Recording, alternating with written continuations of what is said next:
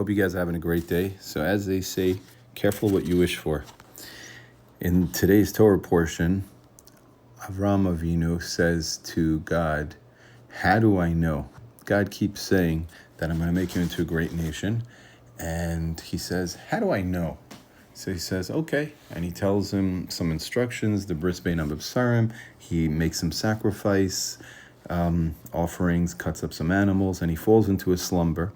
And in his dream, he sees some terrifying things. He sees that his descendants are going to go through some really, really harsh times at the hands of some vicious nations throughout history.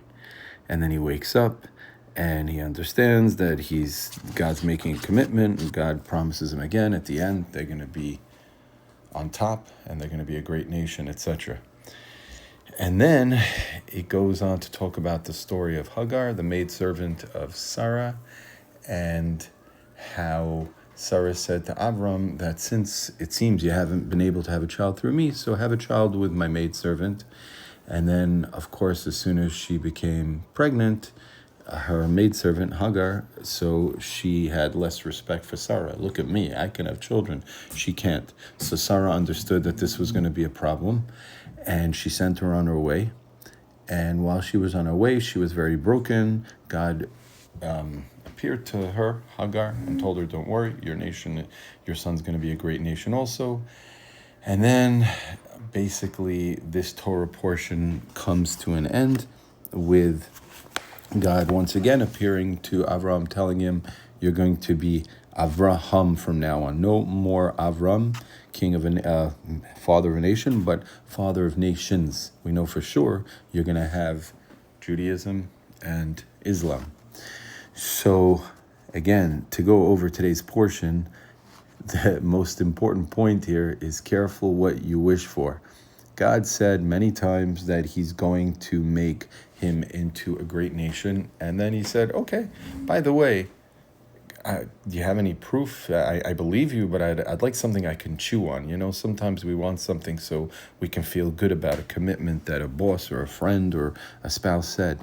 Okay, you want it? Let's give you the truth. As they say, there was a story with a great rabbi in history. Don't remember. I think it was Moshe Rabbeinu, perhaps it was Rabbi Akiva, but I think it was Moshe Rabbeinu, and he said, "What are you doing?" There was a certain situation that the Jews were going through, and he said, "What are you doing? How can you do this?" And God said, "Be careful, because if I explain this to you, I have to unthread the entire creation, and the world will fall apart. So don't ask me. Just trust me that what's going on right now is bigger than what you're seeing in front of you." And Moshe Rabbeinu swore a lot. He was the greatest man that ever lived. So same thing over here.